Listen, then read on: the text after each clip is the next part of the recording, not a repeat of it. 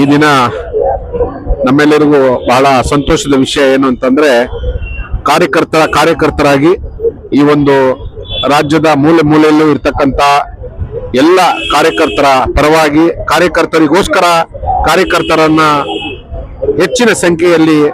ಬೆಂಬಲಿಸಬೇಕು, ಸಹಾಯ ಮಾಡಬೇಕು, ಅವರಿಗೆ ಅಧಿಕಾರಗಳನ್ನು ಕೊಡಬೇಕು ಅನ್ನೋ ಹೋರಾಟದಲ್ಲಿ ಮುಂಚೂಣಿಯಾಗಿದ್ದು ಪಕ್ಷದ ಯಾವುದೇ ಘಟನೆಗಳಲ್ಲಿ ಯಾವುದೇ ಸಂದರ್ಭಗಳಲ್ಲಿ ಪಕ್ಷದ ಪರವಾಗಿ ಪ್ರತಿಭಟನೆಗಳನ್ನ ಮಾಡುವ ಮೂಲಕವಾಗಿ ಇಡೀ ರಾಜ್ಯದಲ್ಲಿ ದೇಶದಲ್ಲೇ ಹೆಸರುವಾಸಿಯಾಗಿರ್ತಕ್ಕಂಥ ಸನ್ಮಾನ್ಯ ಶ್ರೀ ಮನೋಹರ್ ಅವರನ್ನ ಮುಂದಿನ ಈ ದಿನ ಅವರ ಹುಟ್ಟುಹಬ್ಬವನ್ನು ಆಚರಣೆ ಮಾಡ್ಕೊತಾ ಇದ್ದಾರೆ. ಅವರಿಗೆ ದೇವರು ಆಯುರ ಆರೋಗ್ಯ ಐಶ್ವರ್ಯವನ್ನ ಕೊಟ್ಟು ಕಾಪಾಡ್ಲಿ ಅಂತ ಕೇಳ್ಕೊತಾ ಮುಂದಿನ ದಿನಗಳಲ್ಲಿ ಪಕ್ಷವೂ ಕೂಡ ಅವರನ್ನ ಪ್ರತ್ಯೇಕವಾಗಿ ಗುರುತಿಸಿ ಮುಂದಿನ